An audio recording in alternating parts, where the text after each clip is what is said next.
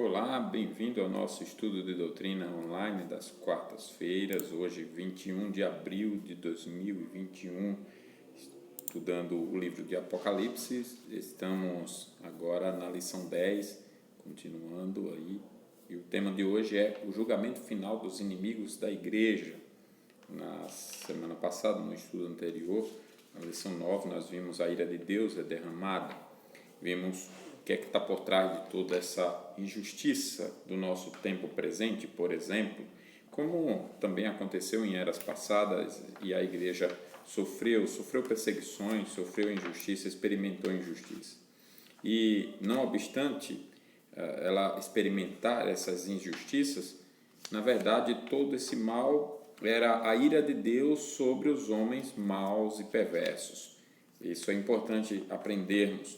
A ira de Deus nunca é derramada sobre sua igreja como uma forma de destruir a igreja. Pelo contrário, Deus nunca age contra a sua igreja, pelo contrário, né? Então é sempre a bênção de Deus de corrigir, de disciplinar o seu povo. Já aquele que não é seu povo, o mundo mau, perverso, ímpio, Deus pune mesmo, Deus condena. E aqui nós hoje vamos falar sobre o julgamento final que virá dos inimigos, o julgamento final dos inimigos da igreja. Esse julgamento acontecerá, e o texto básico de hoje é Apocalipse 19, versos 11 ao 21. Nós vamos orar pedindo a bênção do Senhor. Sejam todos aí bem-vindos, visitantes. É um prazer tê-los conosco. Oremos. Soberano Senhor, Criador dos céus e da terra, Senhor de tudo o que existe, louvado seja o teu nome para sempre.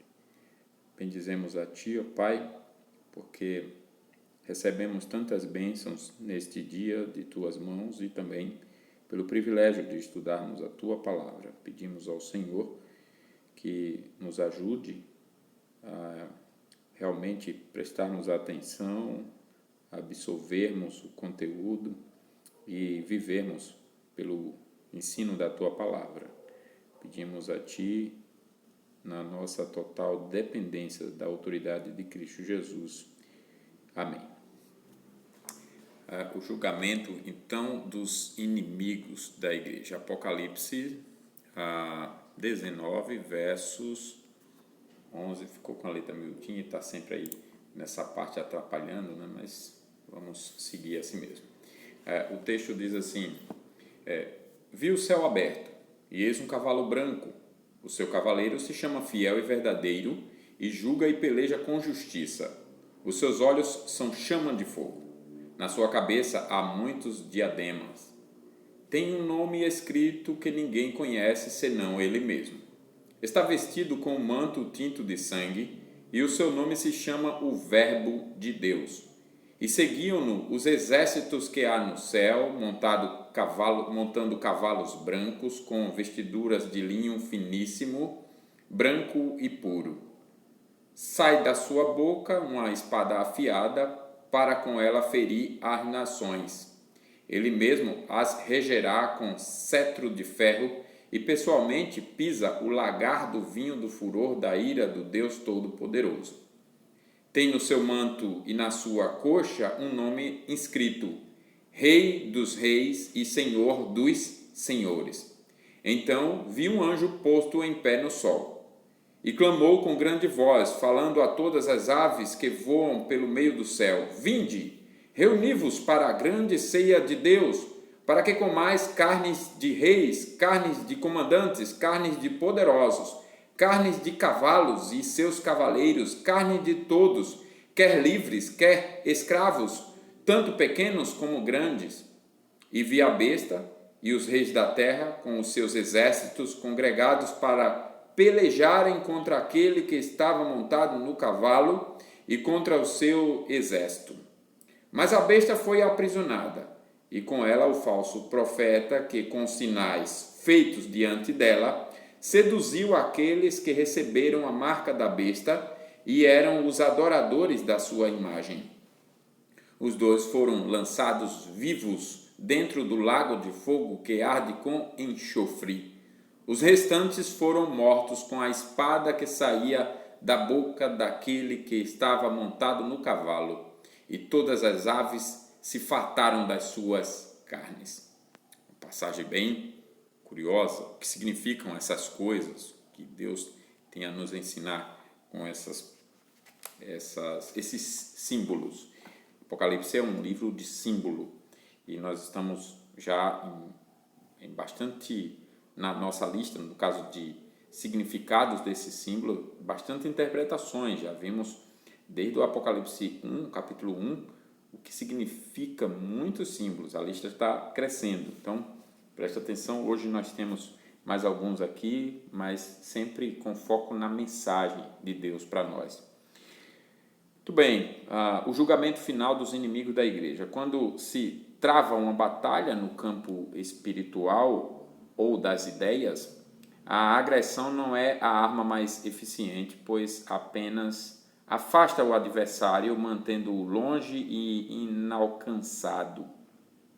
A sedução pode ser a melhor arma.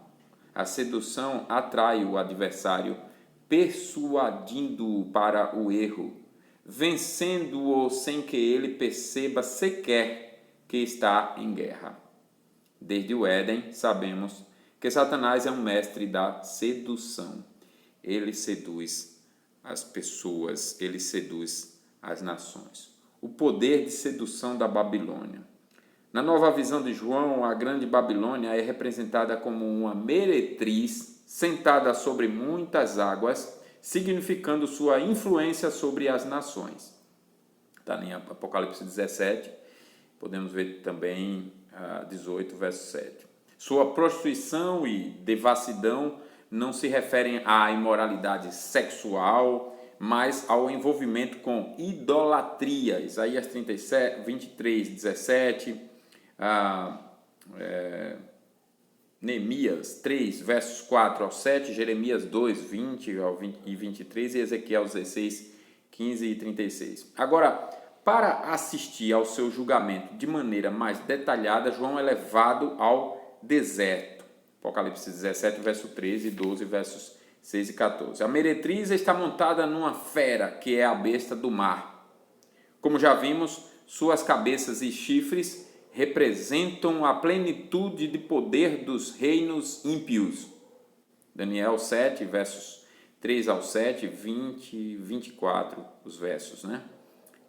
Que vimos na lição 8. E sua cor vermelha deixa mais evidente que o dragão, quem está por trás. É ele, o dragão, quem está por trás. A meretriz monta a besta, indicando que não só os governos, mas também aspectos religiosos, culturais e econômicos estão em aliança para oprimir os cristãos.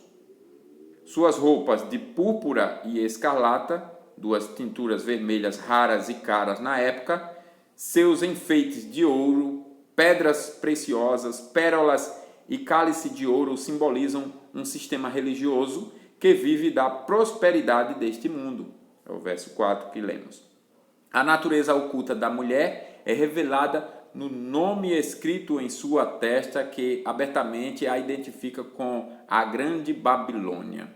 Ela ainda recebe os títulos de mãe das meretrizes e das abominações da terra, indicando o seu papel central na falsa religião idólatra promovida pela segunda besta a fim de perseguir os santos. Apocalipse 13, versos 12 ao 15. João fica admirado com o poder da meretriz, mas é repreendido pelo anjo, que explica que a besta vem do abismo, ou seja, é demoníaca.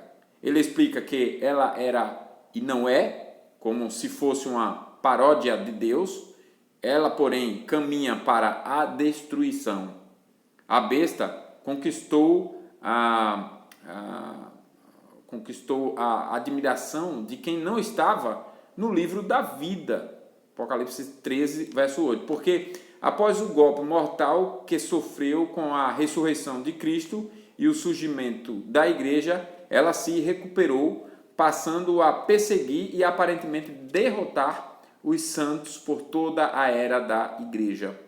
Apocalipse 13, versos 3 ao 7 e verso 10. A meretriz nos mostra que as forças do mal podem se apresentar de maneira sutil, não como governos que proíbem a fé cristã, mas utilizando uma falsa religião que possa cativar os corações dos homens. Aliás, a presença de uma Jezabel na igreja de Tiatira deixa claro que precisamos estar atentos contra as múltiplas formas que os servos dele assumem. Temos que estar atentos. Nem sempre com uma forma clara de oposição, às vezes é seduzindo. Todas as religiões são boas, eu sou a solução, olha só como eu me apresento, tão doce no falar e atendendo à vontade de todo mundo, mas tem uma sedução aí por trás, temos que estar muito atentos. Segundo ponto é o reino da Babilônia ataca incessantemente. São figuras, como vimos, né? Babilônia é uma figura, o reino da Babilônia ataca incessantemente. O anjo interpreta as 7 cabeças da besta como 7 montes, que muitos já identificaram com o Império Romano, pois se dizia que Roma tinha 7 colinas, Apocalipse 17, 9. Entretanto, o próprio anjo explica que as 7 cabeças são também 7 reis, indicando linguagem simbólica, e no Antigo Testamento montes podem simbolizar reinos. Você pode ver Isaías 2:2, Jeremias 51:25, Ezequiel 35:3, Daniel 2, versos 35 e 45 e Zacarias 4:7. O número 7 também deve ser tomado simbolicamente como a plenitude de governos a serviço da Babilônia na história humana. Alguns já passaram, mas existe sempre uma cabeça viva em cada época.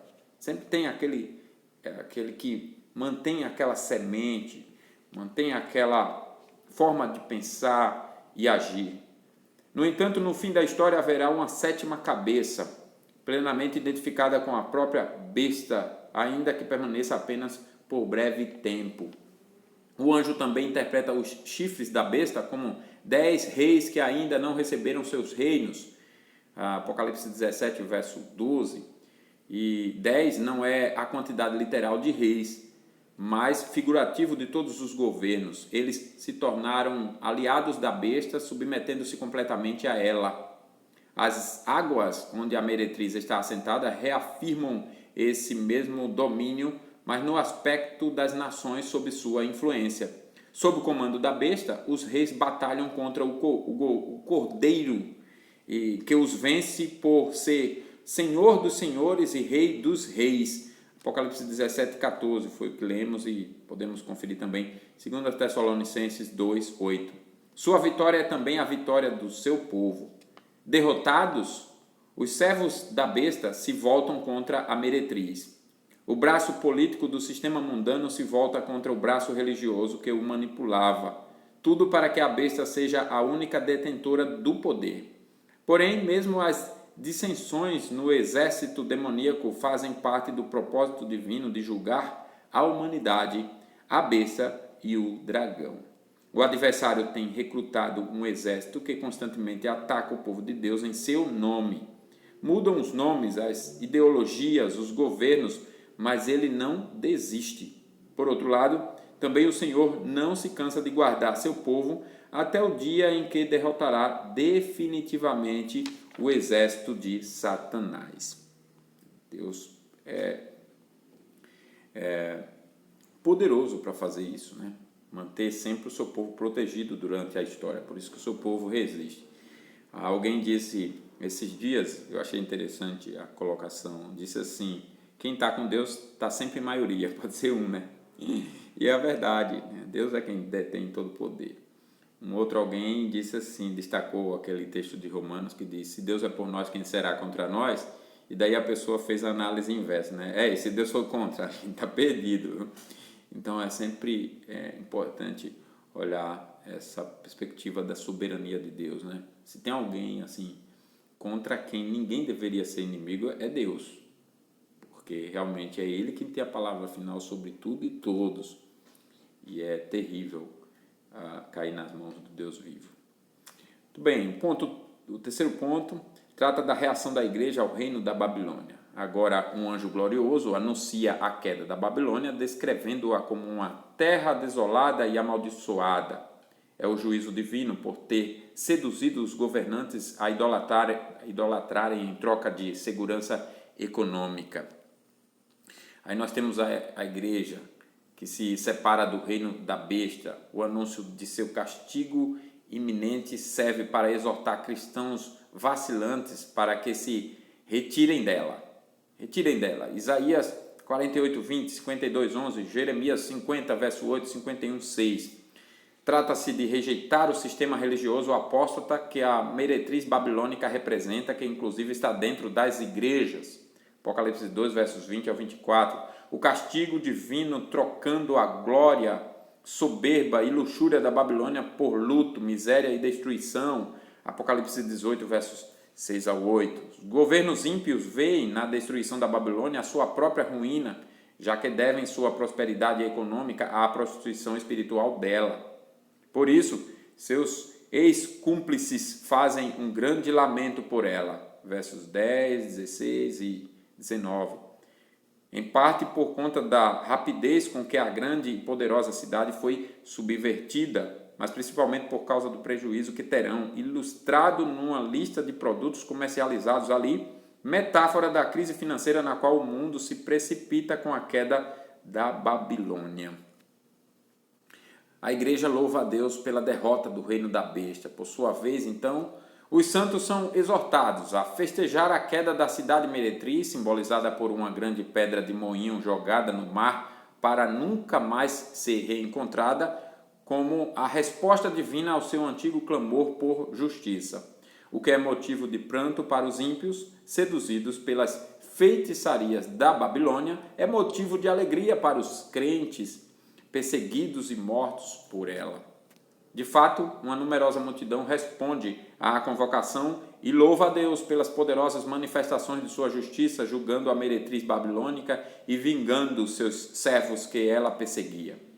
A adoração dos santos é ecoada pelo louvor dos 24 anciãos e dos 4 seres viventes que ficam diante do trono de Deus e por uma voz do trono. É assim que acontece a adoração dos santos e o louvor ecoa dos 24 anciãos e dos 4 seres viventes que ficam diante do trono de Deus. Por fim, uma numerosa multidão também se junta ao coral celestial, não apenas para louvar a Deus, mas para anunciar alegremente a festa de casamento entre o Cordeiro e sua noiva, figura da aliança amorosa e fiel de Deus com o seu povo.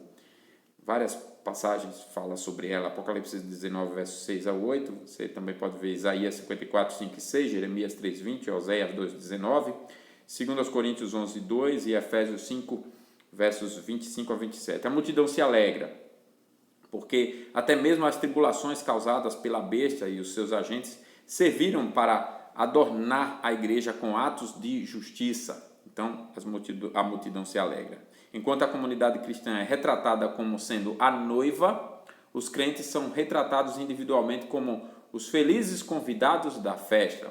O anúncio das bodas é tão maravilhoso que João se prostra para adorar o mensageiro, que imediatamente o repreende e explica que, assim como João e os demais crentes, ele é apenas um servo de Deus, testemunhando sobre Jesus. Somente Deus deve ser adorado. O anjo mensageiro reconhece isso. Aqui eu já aproveito para sugerir, para quem ainda não leu ou não conhece, um pequeno livro com apenas 35 páginas, mas pequeno só no tamanho. Ele é grande demais, muito bom. O reverendo Franklin Dávila, lá de Sergipe, se você não tiver, nos procure, que a gente está providenciando reimpressões autorizadas por ele. O título do livretinho do livro é A Glória das Glórias. Em 15 minutinhos você se deleita ali na descrição desse momento, né, final do povo de Deus se encontrando com Cristo como a noiva e o seu noivo, e ele vai explicando ali todo esse momento numa forma assim única, singular e cheia de graça. E o terceiro ponto, nós temos o reino da besta é definitivamente derrotado. Uma nova visão mostra Jesus, não como cordeiro, mas como um cavaleiro. A brancura de suas vestes de cavalo, seu nome fiel e verdadeiro, seus olhos de fogo e seus muitos diademas refletem sua santidade, justiça e autoridade para julgar. O manto salpicado de sangue também enfatiza sua natureza de guerreiro e o identifica com o Deus de Israel, o Senhor dos senhores, vingando o seu povo. Apocalipse 19, verso 13, 16, verso 16. Isaías 63, 1 ao 3 e João 1, versos 1 ao 3 e o verso 14. O Cristo guerreiro é acompanhado de um exército, que pode ser composto de anjos.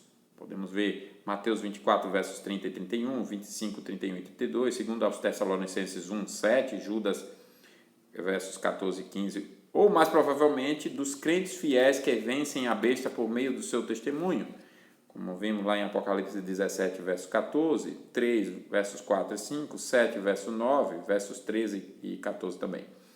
Ele tem uma espada em sua boca, com a qual submeterá as nações em nome de Deus. Apocalipse 19, verso 15 e Isaías 11, 4. João vê um outro anjo anunciando a queda da besta e do falso profeta, seu convite às aves de rapina para o banquete oferecido por Deus significa a certeza de um castigo severo e iminente.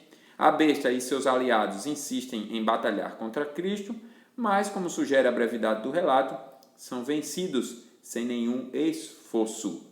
Ambos são presos e jogados no lago de fogo, mas como são representações do sistema político e religioso cooptado pelo dragão, o tormento incessante simbolizado pelo lago pode ser aplicado às suas encarnações finais ou aos demônios que atuam por meio deles. Seus seguidores são mortos pela espada da boca de Cristo, ou seja, pela sentença que ele profere contra eles. O Senhor prometeu destruir definitivamente na sua vinda gloriosa as forças satânicas que perseguem sua igreja.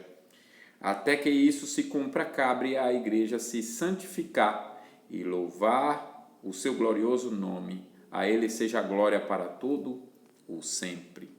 Para todo o sempre. Meus irmãos, durante toda a história, as forças demoníacas se manifestam por meio de governos, de economia e da falsa religiosidade, sempre com o objetivo de destruir a igreja do Senhor. Contudo, serão derrotadas por Cristo na sua vinda.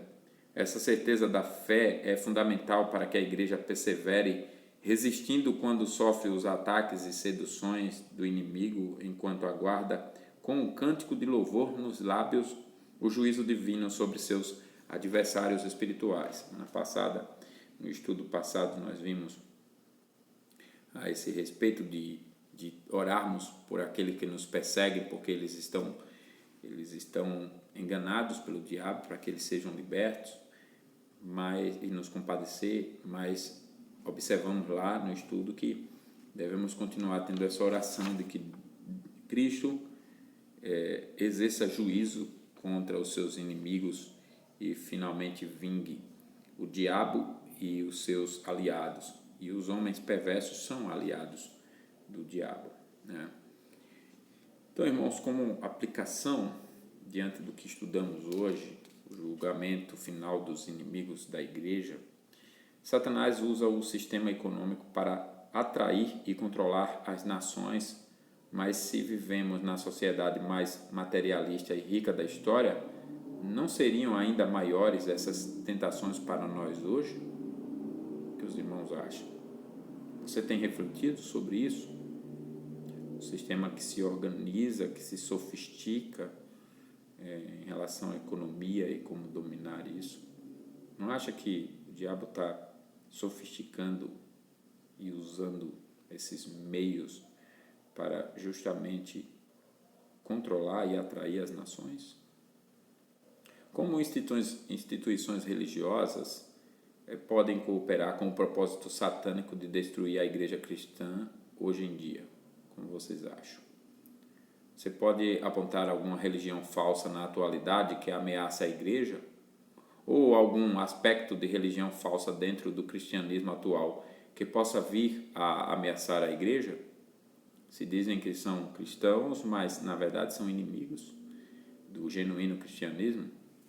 Você tem consciência de que todas as suas lutas espirituais serão vencidas por Cristo? Isso lhe traz um novo ânimo? Se sim, compartilhe essa verdade com algum irmão que está passando por lutas. E estejamos todos preparados. Nos preparemos para lidar com essas questões, esses desafios do tempo presente, né? Nós temos aí cada vez mais sofisticada a atuação de Satanás. E muitas vezes a sedução já aconteceu e muitos não têm percebido. E é justamente por abandonar todo o cuidado com a Escritura que nós caímos em pecados. Por isso que precisamos, como diz Efésios, nos revestir de toda a armadura de Deus. Toda a armadura de Deus, para podermos resistir no dia mau. Nós temos mesmo diante dessas situações que nos alegrar em Deus. Uma das coisas que eu vejo todo esse problema de injustiça, de incerteza, de agitação, de mentiras e enganos aumentando, e toda semana notícias e mentiras e coisas ruins assolando o povo. E eu percebo o povo cada vez mais se agitando com isso, e nós, quando damos atenção sem a palavra de Deus, ou quando exageramos na atenção, uma das coisas que deixamos de fazer é nos alegrar em Deus, cantar para o Senhor. Às vezes até no domingo nós vimos com o coração na semana. É um coração realmente na semana, um coração completamente dominado por essas coisas. E as orações também são diminuídas, não há uma vida com Deus, não há gratidão pela morte e ressurreição de Cristo, não há confiança no selo da nossa vitória sobre o diabo, que foi Cristo quem selou, e ele selou a vitória sobre o diabo e suas hostes. Não há então cântico disso, dessas verdades, porque as circunstâncias estão desviando o nosso olhar. A semelhança de Pedro quando andava sobre as águas, que viu as circunstâncias à sua volta, eram tempestades, e ele olhou mais para as circunstâncias do que para o próprio Cristo e submergiu. E ali tem uma mensagem espiritual para nós sobre justamente o que estamos vivendo. Olhamos para as circunstâncias e não olhamos para o Senhor das circunstâncias. Então, façamos isso. Olhemos para a obra de Cristo, para a sua morte e ressurreição. Ela deve ser lembrada, vivida, cantada todos os dias, né? Nós estamos desenvolvendo uma cultura cristã católica ali, aí canta, e judaica, e mistura com tudo, e faz uma salada, e canta a ressurreição de Cristo só na Páscoa, na data de Páscoa da cultura aqui brasileira e em muitos lugares no mundo. Não, irmãos, não é assim. Nós celebramos a ressurreição de Cristo todos os dias. A igreja, quando realiza a Santa Ceia, ou quando se reúne, ela está ali, na Santa Ceia mais ainda, né? Ela está ali celebrando a ressurreição de Cristo, a vitória de Cristo, cantando. Então cantemos alegremente, olhando para o Senhor, desligando a nossa mente das circunstâncias. Temos que ter cuidado para que as vozes do mundo não sejam a nossa Bíblia no lugar da Bíblia. A nossa única regra de fé e prática, todo mundo vive por uma única regra de fé e prática. Ou é toda a palavra de Deus, ou é uma mistura dela, ou é outra coisa, mesmo que seja uma mistura dela. E nós, crentes, não, temos que viver como tendo a Bíblia como a única regra de fé e prática. Então, temos que viver pela realidade para continuar adorando a Deus, nos alegrando no Senhor, mesmo diante dessas circunstâncias que, aliás, são sinais de cumprimento da palavra, das promessas de Deus em Cristo. Que Deus nos abençoe. Você possa descansar o seu coração diante dessas circunstâncias adversas, ruins que têm crescido no Brasil e no mundo. São sinais da vinda de Cristo, mas Cristo sempre cumprirá a sua promessa de estar conosco e de nos ajudar naquilo que nós precisamos. Deus nos abençoe. Vamos orar encerrando? Santo Deus, devemos todos estar preparados para o juízo final, para o nosso encontro com o Senhor, mas também para lidar com as circunstâncias que acontecerão enquanto esse dia não chega. E talvez não chegue na nossa geração. Ajude-nos, ó Pai, a interpretar a realidade corretamente e a termos cuidado, sermos vigilantes, como diz a Tua palavra, para a palavra de Teu Filho, lá em Mateus 24. Cuidado que ninguém vos engane. Sejamos vigilantes para não sermos enganados.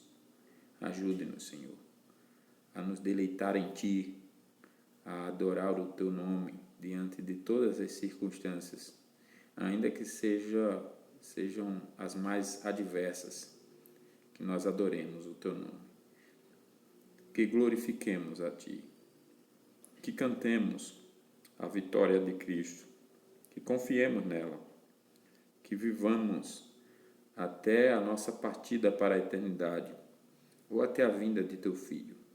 Vivamos com o coração aquecido na fé em Jesus, realmente entusiasmados, porque Cristo venceu a morte. Pela pessoa de Cristo, por sua vitória sobre a morte, sobre o mal, sobre o diabo e suas hostes. Ajude-nos em nome de Jesus. Amém. Bem, foi um prazer tê-los conosco. Contribua aí para o enriquecimento do nosso estudo, compartilhando a sua pergunta ou alguma observação aí que é realmente diante de alguma coisa que tenhamos falado. Tá bom? Deus abençoe, ótimo descanso, ótimo dia na presença do Senhor amanhã.